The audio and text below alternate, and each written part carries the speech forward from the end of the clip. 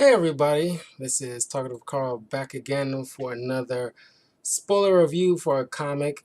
Since I was covering the last two movies for the month of October for the Halloween movie reviews, of two of which have been the Ghost Rider films starring Nick Cage, I thought it would be appropriate while I was at to cover at least one of his comic book series, his limited series called Road to Damnation. Get everything together here. It's only a 6-issue run, so not very long.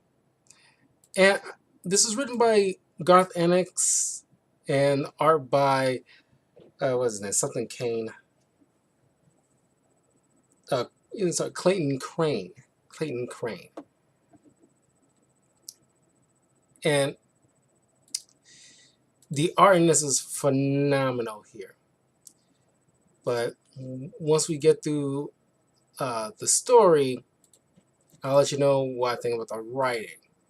Now, of course, like the Garth Ennis also have written if you are familiar with the Preacher uh, comic book, which there was like a short-lived TV series on AMC, which only saw like a little bit of, and like yeah, it wasn't for me because it was like if you read this comic book, can tell or at least read the Preacher, you can tell what kind of like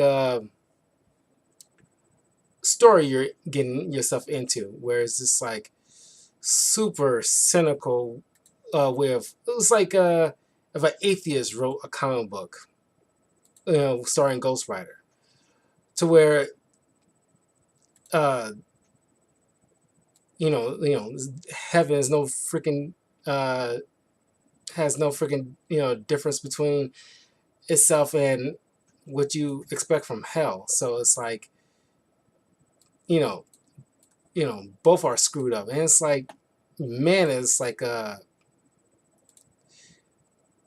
mean yeah, uh, uh, I'm raised Christian, of course.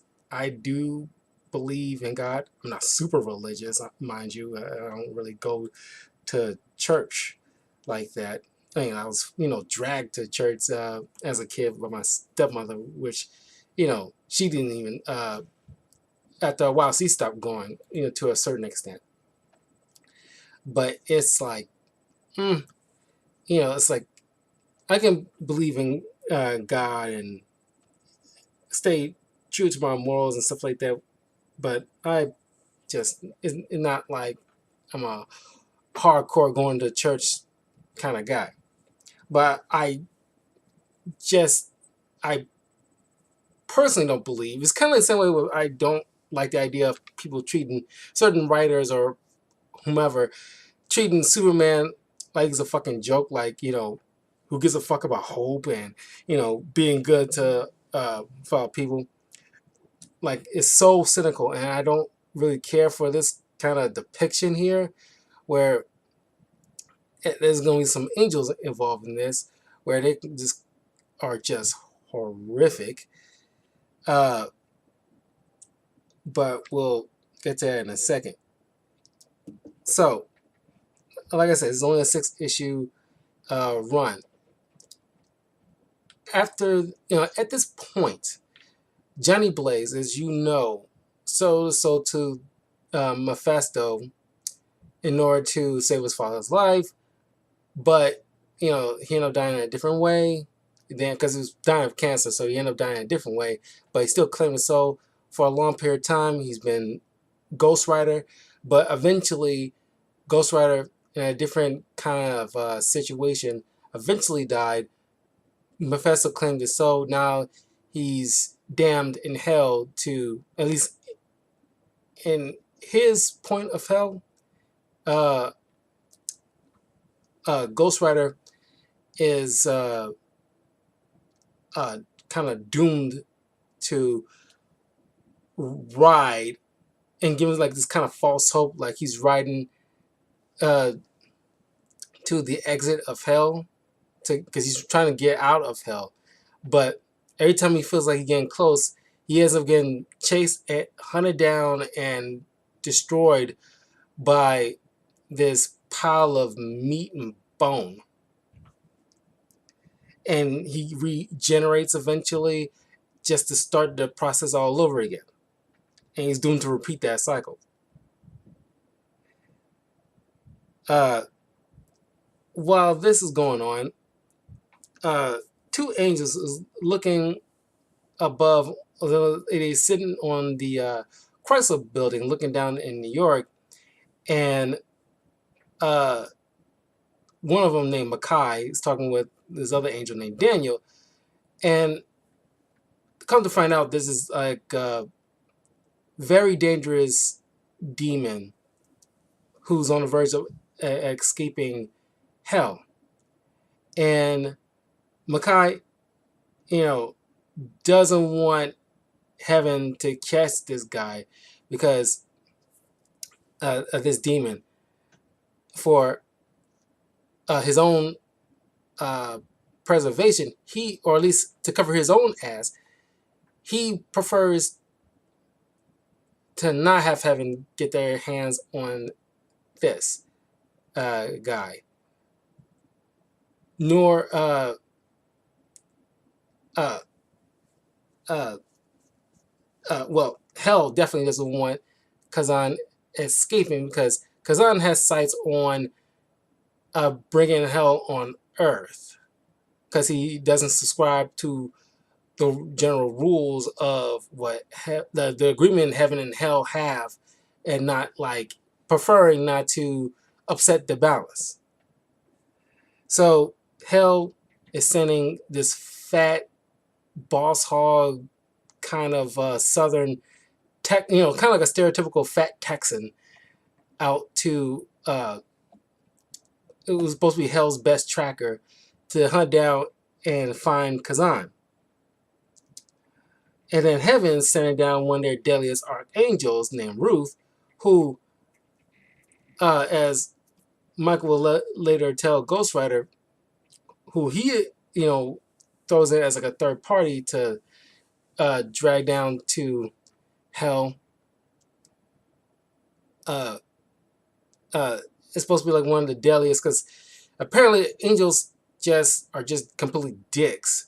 Because this one woman, because they mention about how like certain people are able to see their true form, because I guess like especially children, because they're so pure. But just one of like 14 million kind of situation. But there's a woman who's like standing on the streets, see these two angels standing on top of the Chrysler building, and then uh, I think it was Daniel, or no, it was Micah, who draw this seal in the air and render her unconscious for an hour. But she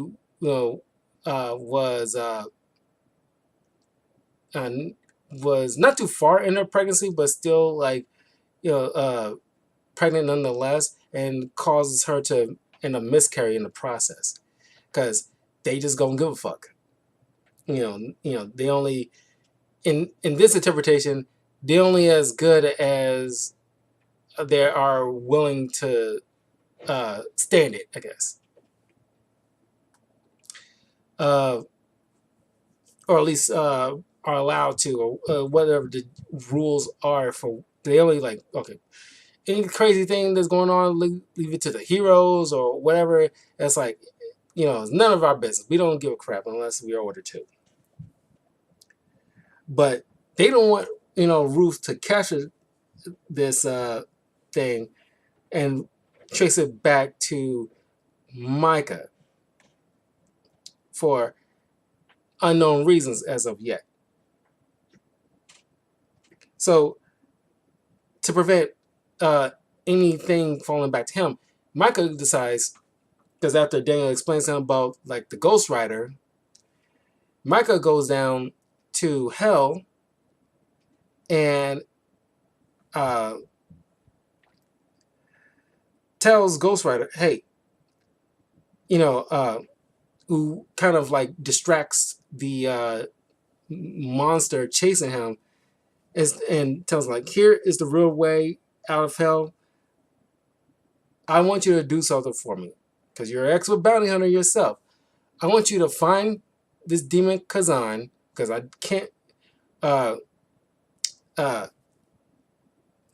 certain angels cannot deal with this particular level of threat, and certain angels, like this uh, Archangel Ruth, you do not want her to find this thing because on her way to trying to find this thing, she will not hesitate to uh, annihilate or just she just plows right through any and everything in a way to her mission, because she'll kill people along the way, and I know you don't want that.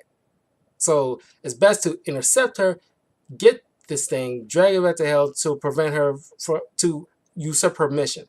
So she'll be forced to go back to heaven. And watch out for Hoss. And so on the way, and you see Ruth stops at a diner and notices this kid noticing her, and uses her power and makes the kid like it's never. Some people believe the kid actually gouged out his own eyes. Me and maybe other people think like uh uh think he was stopped by his mom. uh is left to interpretation.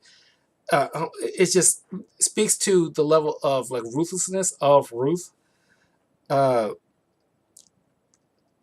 and archangels like her. So um then you see, like, you meet this uh Gustav guy. There's a lot of this is based in Texas, so there's a lot of like very stereotypical Texans. And there's this Gustav guy, this like oil magnate guy who has to ride this advanced motorized kind of wheelchair, and he's very fat and kind of disgusting. And the reason he's riding in his chair because it was in a car accident. But it was a car accident. It was his fault because he was drunk and and caused a collision with another car. But he is too much of like a you know narcissist and just like a wicked kind of person. And uh, so now he's in league with this demon in order to be able to walk around, do what he used to do. He uh, made a deal with this demon to get him uh, released from the pits of hell. So part of which he needs to have some sacrifices, which he end up sacrifices his own board of directors, who he just doesn't care about. He doesn't care about anything but himself and what he wants. Yeah, he has an assistant named uh, something Catman or Kitman. Uh,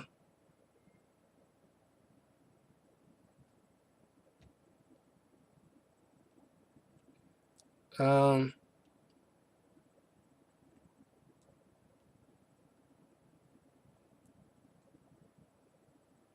yeah, I'm blanking on her first name. I don't see it just yet, but yeah, Miss Kitman, who is just kind of like a mousy kind of secretary, uh, who is just she's just doing her job. She's like, hey, like this is my boss, so I gotta make sure he gets what he needs. She's not like unlike almost anybody else in this film. I kind of like Miss Kidman in a way because unlike almost everybody else in this story, she's the only one that doesn't have any kind of self interest. So she's doing her job, but when it comes to like even though she kind of like facilitates, assist him into perpetuating the eventuality of of causing demons to be released. She, you'll see what she does at the end of this to help save everything. But on Ghost Rider's way out of hell, he ends up because he ends up plowing through uh, a bunch of racist Klansmen who's about to hang this black guy because one of the leader of this group, whose daughter uh, uh, is in like a relationship with this guy, and uh, and she's pleading with him like, "Daddy, no, like I love him," and Ghost Rider just plows right to hell. Doesn't even notice anything that's going on his way out. He just charges right through, cutting this guy in half, and the daughter's sitting there crying, and in the ensuing situation, uh, the black guy gets loose and he just starts booking it, and while she's just screaming like, "Don't worry, Mama will understand," and then the dude just out of there like, "Fuck no, fuck you and your fucking racist fucking family." Uh, I mentioned to some friends before. I streamed Red Dead Redemption on my Red Dead Redemption 2 on my YouTube channel. Well, it's Twitch, but then put it on YouTube, my YouTube channel, youtube.com/talkativecarl. And honestly, one of the most satisfying kills I've made in a video game is one moment, and you can see it in one of my videos. I forgot which one, but uh, I came across, like, in the game, this group of Klansmen is burning a cross in the fields, and like I stopped in the middle of what I was doing, got off my horse, took a stick of dynamite, and tossed that sucker right in the middle of that group, and watched them go up sky high. Like, that was the most satisfying kill that I made in a video game. Probably one of my favorites, because like I could have done that. I could have done that over and over and over again, and will not get tired of that. Because racist Nazi Klansman is kind of like morally, that's like a mulligan. In terms of, like, I won't lose any sleep at night. Sticking to those kind of dickheads. So anyway. So Ruth is on the move. Ghost Rider is on the move. Hoss is on the move. Hoss, along the way, ends up bumping into these idiot bikers, and one of them knocks off his side mirror. He ends up killing two of those guys, and then the leader, who ended up knocking that side mirror off, he caused the kid to get in an accident. He's hurt. Then he says, "Oh, like I need me like a guy, like a ride along kind of thing, because it gets kind of lonely." So he just contorts this dude and shove his own head up his own ass. So now he's kind of just his spine just partially breaking through the skin, for being forced into that position. And he calls him like butt view, and he farts when he's trying to communicate. So now Buttview is doing the driving while Hoss is just chilling in the seat, while he's trying to track down Kazan, because he got to bring him back to health.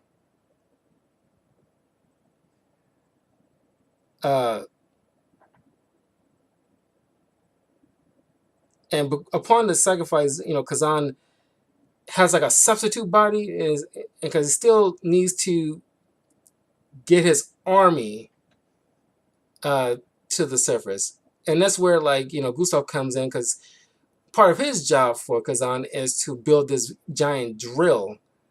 And there's sigils, carved uh, into the drill, because once the drill starts plowing into the earth and hit like molten magma, that ignites the sigils, that forces a portal to hell to open to allow Kazan's minions who are waiting to rise from the ground. So at this point, Kazan is on Earth, but he's just like a pile of meat and bones from all the sacrifices.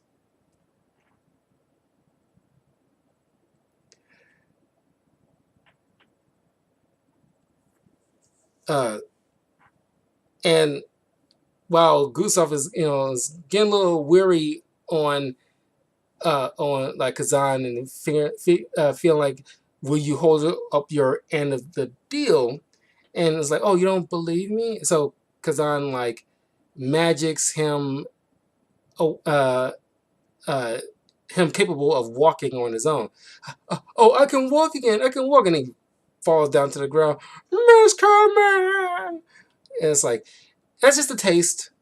Now get to work. So now, running parallel, uh, Ryder and Haas bump into each other along the road. Ghost Rider, I guess, isn't like, doesn't recognize Haas, but he should be able to acknowledge he's like at least a demon. But uh, Haas blurts out his name, and Ghost Rider like, Haas, and then starts shooting fire, like, like right, like, burning him to the skeleton, but he, regenerates, and then like a fight ensues. And along the way, Ruth hitchhikes on like a Greyhound bus, and along the way, the people on the bus notices like the fight carrying on between Ghost Rider and Haas. It's like their meeting up is very kind of like, one want to say like super coincidental, because they go into the same place, so they might at some point converge. But Ruth noticed this and was like, oh, okay, I gotta, things are, escalating, so I better like step it up. So she kicks out the bus driver, and then, collides with Haas and Ghost Rider. And then Ruth steps out, and then like the people on the bus is like already injured. This is what I'm talking about. This is very like The Boys Invincible kind of like level of like, don't give them fucks, really. Don't really care for the gratuitous violence, because like I when it's like, oh, like like, well, this is an example. There's like a bunch of people on the bus just like getting probably smashed to bits, even though you don't necessarily see it, this happened. Just like, with an Invincible and like Omni-Man just killing a bunch of people to prove a point to his son kind of situation. Just like zero fucks. And like, this is like unnecessary. But at the same time, I want to bring up Father Adam, who personally, ultimately, in my opinion, don't feel like it's needed in this entire story. It's just like an extra thing, just to have an extra adversary for Ghost Rider, who's really is not nothing to Ghost Rider. So I'm going to put it right here and now about his whole situation. He used to be in the military, then eventually became a preacher. He had like a wife he loved, but he ended up having like an affair. He didn't want that stuff to get out. He made a deal with like a demon, soul to soul, in order to cover all that up. Then now he's calling the demon's calling a favor, saying like, "Hey, Ghost Rider escaped from hell. He needs to be dragged back here. But leave no trace. Don't want nobody. We don't want nobody wondering where the hell you are." So Father Adam cuts off right in the middle of his sermon, because he's in this big ass mega churches. I just don't really personally like mega churches. Personally, I think it's very kind of ostentatious and in lieu of what they supposed to be preaching. I don't know. Personally, I'm not going to sit there and judge every one with mega churches, but just It's just in concept, I don't really care for it. But Adam goes to the secret little hidden chamber uh, on his on the underground and gathers some gear and then sets off a bomb and it explodes and killing every person that's in the building while he's making a getaway, just so to get people avoid looking for him while he's doing his thing. And he eventually, at the end of the story, takes a shot at Ghost Rider to send him back to hell after Ghost Rider does his thing to deal with the overall threat. But not before Ghost Rider like already burns the guy alive. He's melting like just he's not nothing. He's nothing to Ghost Rider, honestly. He's supposed to be self like Blade, but but instead of just vampires, he's kind of just supernatural demonic things. But he's kind of like a loser version of Blade. Uh, and it was another moment where he's like thinking he's in heaven. He's talking with like he thinks it's Jesus, but it's Hoss in disguise. Like oh, like your sins are forgiven, my son. Really? Fuck no. And he changes to Hoss, and he starts burning him alive. And it's like fuck him. Like whatever. No one cares about Father Adam in this. He's doesn't add nothing. But anyway, I just thought I'd bring that up. Uh, so after Ruth temporarily incapacitates both Ghost Rider and Hoss, steals Ghost Rider's bike. By the way, usually it's on fire because Ghost Rider is riding it, but since Ruth is riding it, it's more like a angelic bike, but instead of flames, it's like blue lightning, which is kind of fucking dope as hell. So a lot of images in this limited series. It's just like makes awesome posters. Honestly, the art in this is phenomenal. Like I really like the art in this. So she makes her way towards Gustav's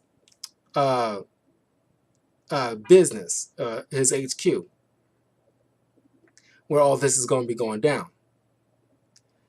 And then Ghost Rider and Hoss decides to make a truce because, as he explains to Ghost Rider, look, we both want this Kazan character in hell. So it doesn't really matter which one of us does as long as he's in hell. Because hell doesn't want Kazan loose on Earth. Because that disrupts the balance. It kind of reminds me of my gameplay through the Darksiders games, which you can also see me do a complete walkthrough of, except for the first and third game. I played Darksiders 2 and Darksiders Genesis, which you can check out on my YouTube channel, where it's like, you got the four horsemen who want to uphold the balance, and it's just like one side cannot overthrow the other, too much. As if one of them gets too big for their britches, they the discharged council, who you might think has been created by God in some fashion, maybe, but they take this Nephilim, turn them into the four horsemen, and there's kind of like they're enforcers, and like they go after. It doesn't matter if it's heaven or hell, whichever one steps out of line, the four goes and puts them in their place. It reminds them the agreement. And this is kind of like that, whereas like hell doesn't want Kazan upsetting the balance. Because definitely like the two angels involved in this doesn't want God to find out about, which God's supposed to be omnipotent. He should already know what's going on every step of the freaking way. But whatever. So Gustav gets a bunch, since he's like kind of like an oil magnet kind of guy. He hires a bunch of these former military guys who have no moral qualms about doing whatever, and hires them essentially just be cannon fodder, but just hold off any outside threats long enough for Kazan to do what he needs to do. And then along the way, Hoss explains to Ghost Rider about what Kazan's all about. Because Kazan's basically like the one of Hell's best generals. Essentially, he's like a military expert. He was somehow he always ends up getting this kind of inside tips about what the other side might be doing, and it's his job to kind of like usurp that. So he was responsible for things like the Holocaust and like Hitler's rise to power and stuff like that. That was all Kazan's doing, and we don't want.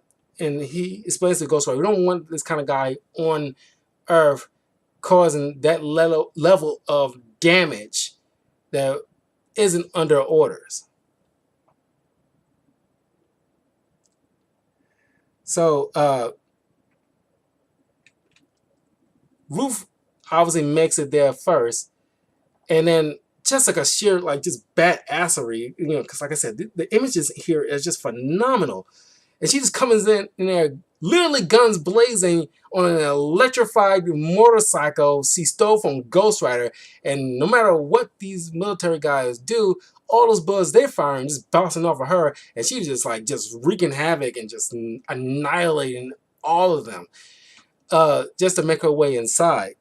So it's just like freaking baller, man.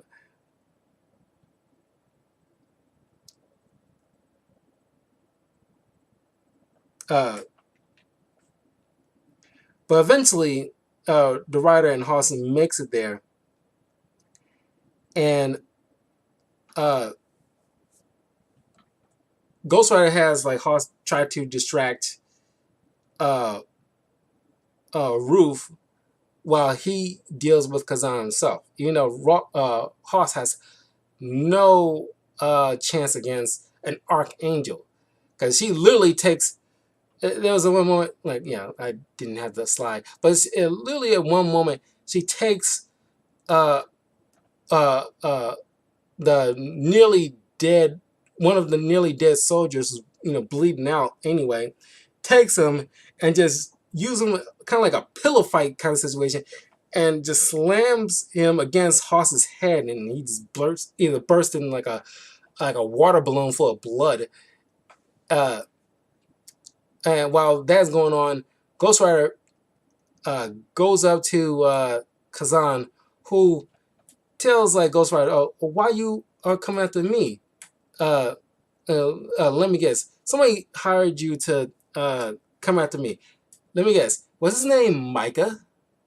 Well, just a little FYI, Micah isn't in league, isn't doing this out of the job of the." Is not under orders from heaven to do all this. He has his own agenda too. And he kind of lets him know, like, he didn't let him know too much about him, but just like, oh,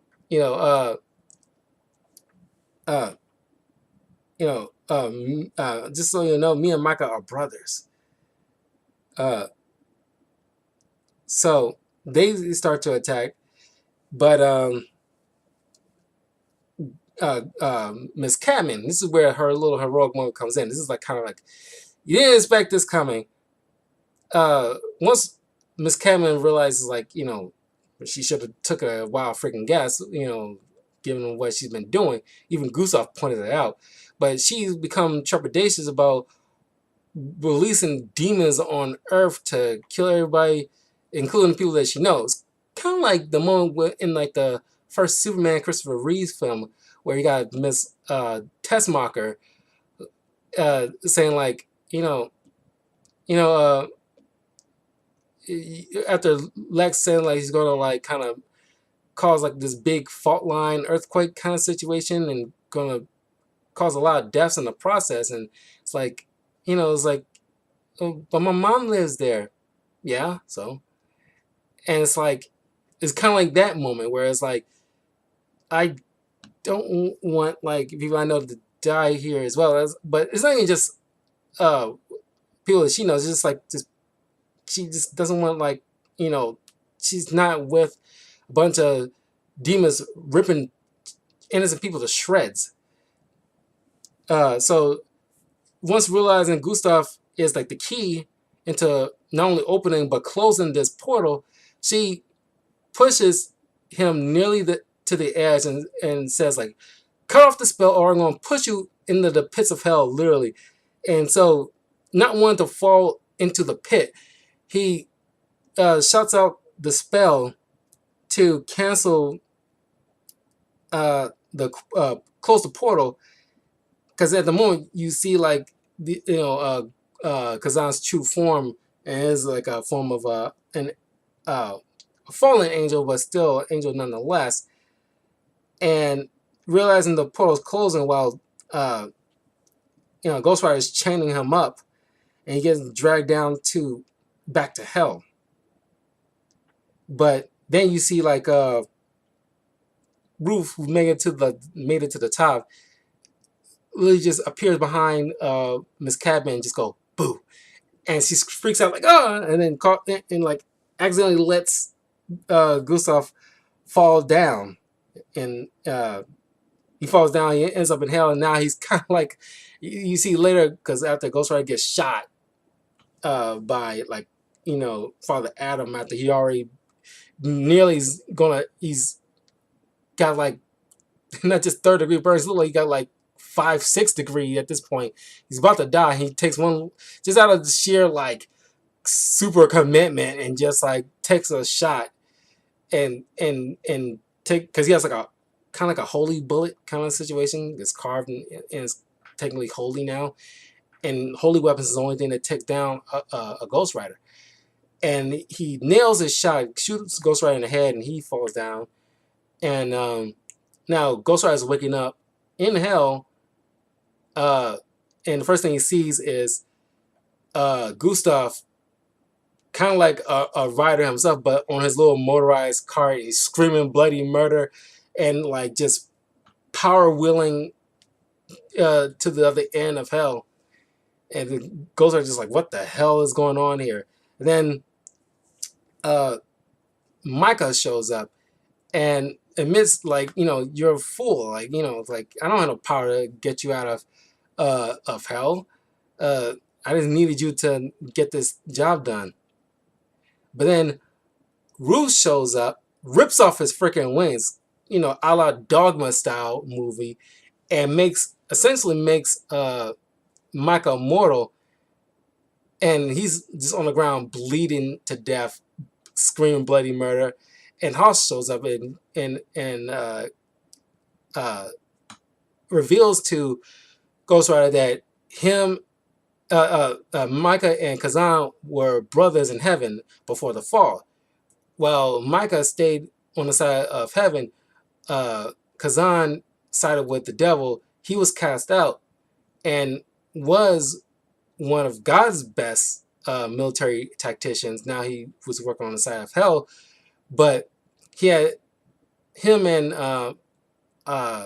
Micah was still talking, because they were brothers, so they were still in cahoots with each other. So they traded secrets. It's kind of like committing war crimes, essentially, treasons on both sides. And that's how each side got like the info on the other. This whole many eons. So now Ruth took the judgment upon herself to like, okay, you're a traitor, so now you get to lay here and come what may to you.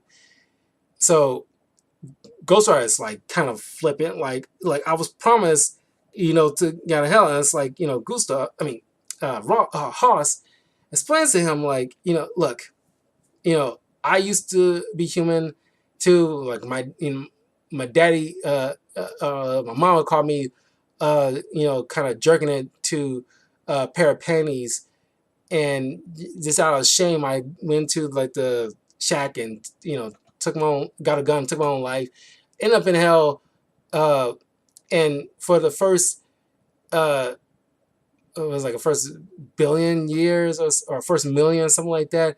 It's gonna be tough, but after a while you get used to it. and at a certain point, you at least got the moment to get out of hell and enjoy your time on Earth, what little you had of it. Take the wins as you can, uh, and you gotta just like enjoy the little moments of peace.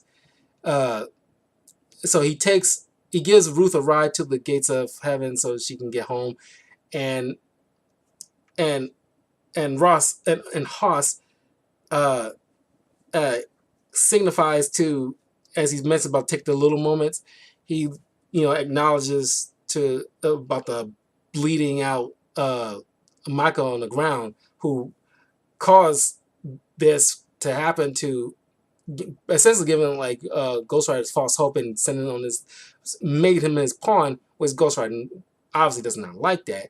So the last moments is where you first the last moments of Ghost Rider is where we open with Ghost Rider, where he's being chased down by this monstrous thing, trying to escape hell, and of course he's still getting like torn up and stuff like that.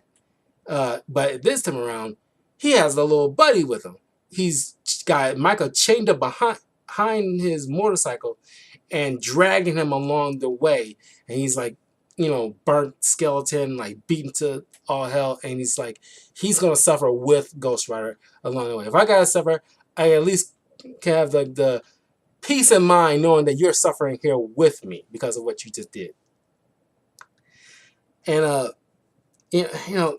there's certain moments that I liked about this, but there's other moments in general, like, I don't really care for certain of the writing. I don't like the idea of, like, playing like Ghost Rider, like a complete idiot, like he wouldn't ask certain questions, or, like, current Ghost Riders going on right now is a lot better than most stuff that we got in the past, because the reason this is limited is because normally Ghost Rider books get canceled after a certain point because it drags on too long, or either the writers don't care or just the company doesn't have any faith behind Ghost Rider. But the art in this is phenomenal. Some of the writing is great, but the day is saved by a lowly Miss Catman, a secretary, wouldn't you believe it? But yeah, I mean, it's definitely worth. It's only 6 issues, so it's definitely worth a read. But it's up to you whether or not you care for more so than most people. Like from what I heard, nobody really cared for this story. I just thought it was cool images and stuff behind it. There was a short thing that came after this where Ghost Rider finally makes it out of hell, but the devil is kind of like secretly hitched a ride to his motorcycle, kind of like orchestrated his escape from hell where he should not have been able to escape from hell. And it kind of, I still remember this because it kind of diverts into like a tie-in between World War Hulk, because after the whole Planet Hulk situation, Hulk comes back to Earth trying to get his revenge against the Illuminati for sending him out to space in the first place. And then Ghost Rider, at a moment during his little adventure, stops by to deal with, thinking he has to deal with the Hulk. And even Dr. Strange points out that the power of the Ghost Rider is probably the only thing that can really beat the Hulk.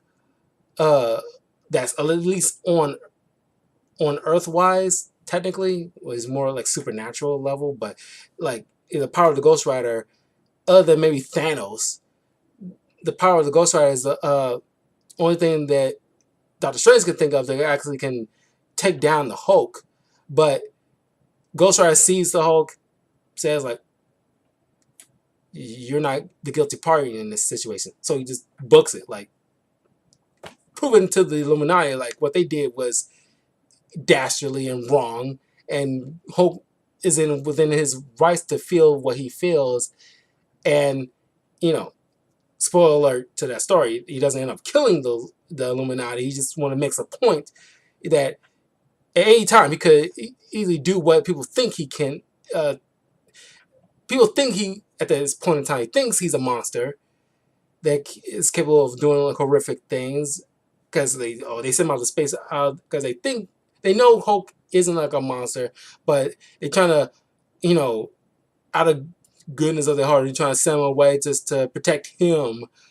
You know, that little line, like, I was trying to protect you, and like, but like, you know, the people here on Earth is like, they're afraid of you. In lieu of them trying to hunt you down and keep pestering you, we want you to make sure you leave in peace. But the ship they sent him on diverted to Planet Scar, and that whole kicking and caboodle with the Planet Hope story. They both been on like a peaceful, secluded place where there's food and air and stuff like that, where he doesn't have to be bothered. But that doesn't pan out. I'm pretty sure there's a part of like a what if story where that did pan out. He's peacefully on a planet, and you know, maybe that worked out better. Who knows? I don't know. But maybe at some point I'll get to that story and review that. But I also want to review the Robert Reyes story, his introduction into the Marvel Universe, because that's a cool Ghost Rider story as well. But anyway, if you read Road to Damnation, let me know what you thought. If you have it, definitely check it out. But who's your favorite Ghost Rider? I'm curious. I never bothered to ask that when I was reviewing the Ghost Rider movies. But who's your favorite version of the Ghost Rider who took up the mantle? Who's your favorite? Because I still personally, because I grew up with Johnny Blaze, he's my definitive Ghost Rider personally. But I dig Daniel Ketch, but he's not my overall favorite like a lot of other people consider. Uh, but I think like Robbie Reyes is like a good close second in my opinion, and Daniel Ketch is third favorite. But then it's like, then again, there's only like four notable ones that people can remember. There's like the Carter Slade original Old West Ghost Rider, then Johnny Blaze, Daniel Ketch, and Robbie Reyes. There was a female, well, there's two female Ghost Riders technically. One's Native American, and one is like your typical biker kind of chick. Uh, uh, but then you got there's like there's been a lot of mantles to the you can look them up easily. There's been a lot of people who took up the mantle of Ghost Rider in different iterations of, or at least points in timeline. Uh, um, there's a BC prehistoric Ghost Rider, the ones that is technically the original Ghost Rider. That's Rise of Woolly Mammoth, which is freaking awesome. But every version of Ghost Rider always looks awesome. But I'm curious to know which one out of all those that you can think of, which one is personally your favorite. But yeah, don't forget to leave a like, hit that notification bell, follow me in the links in the description below, and I will see you guys next time for another comic book review, which probably won't be until maybe December, because the next comics I'm reviewing is going to be holiday themed. So it's going to be a little bit of a break for like comic book reviews. I mean, at the very least, getting towards the end of November into December. So not too long, but it's going to be a little break for comic book reviews for a hot minute. But anyway, I will see you guys a little bit later. I got a few reaction videos I want to do. I want to eat something first, then get back to that. But anyway, I will see you guys later. Take care.